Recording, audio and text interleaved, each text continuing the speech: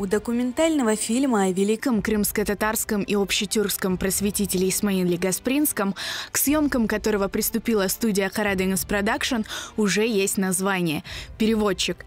И в нем не только отсылка к первой крымско-татарской газете «Терджиман».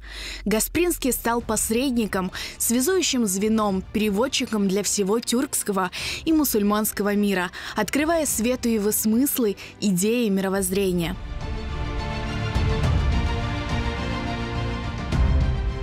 Действие фильма будет в основном разворачиваться в Бахчисарае, где прошли наиболее плодотворные годы жизни Исмаилбея.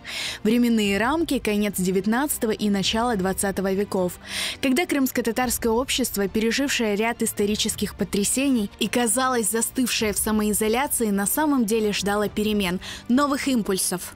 Таким импульсом и стали идеи Гаспринского, вдохновленного целью просвещения и развития для своего народа. По замыслу авторов, этот фильм станет не биографическим жизнеописанием, а отражением замыслов, мыслей и надежд просветителя. Про Исмаила Гаспринского уже не раз снимали фильмы, поэтому мы решили свой фильм сделать похожим не на учебник со списками дат, фактов, а погрузить зрителя в мир мыслей, надежд, мечтаний великого просветителя. Самые ответственные задачи в команде, работающей над фильмом, лежат на декораторах и художниках по костюму. Ведь им нужно реконструировать интерьер, одежду, образы, отражающие дух эпохи Гаспринского.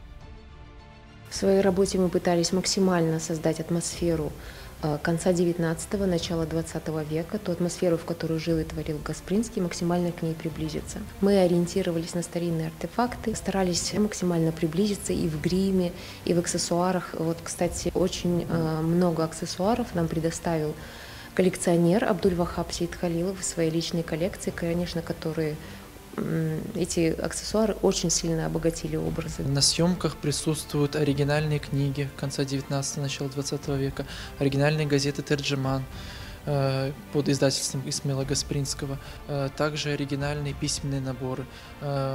Удалось найти перо, похожее, прям почти один в один, которое было у Исмаила Гаспринского, серебряное, дарственное. Это орден Меджидие 4-й степени, орден, которым был награжден Гаспринский, и он был как раз-таки приобретен специально для съемок фильма.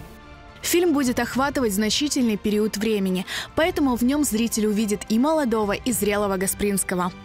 В этом фильме я играю роль молодого Исмаила Гаспринского. Я бы хотел выразить огромную благодарность всей команде Karadeniz Production за то, что им удалось воссоздать эту уникальную, интересную атмосферу на съемочной площадке, которая позволяет актерам погрузиться в эту эпоху. Первые съемочные дни фильма прошли в мемориальном музее Исмаила Гаспринского. Это стало возможным благодаря поддержке руководства музея, заслужившего особую благодарность студии Karadeniz Production. Исмаил Гаспринский hakkında, onun биографиясы hakkında, бүтін yapқан ишлері ве фаалияты hakkında мен білесем тек бір дәне фильм дегіл, чоқча фильмлер шығармақ керек ве бұл фильмлер вастасыйлы бізлер менің фікірімде Исмаил Гаспринскийні бүтін дүнияға yapқан ішіні да чоқ яйғанлаштыра білеміз. Для Крыма 2021 год – это год 170-летия великого просветителя, человека, ставшего целой эпохой в истории крымских татар, давшего огромный импульс для развития нашего народа.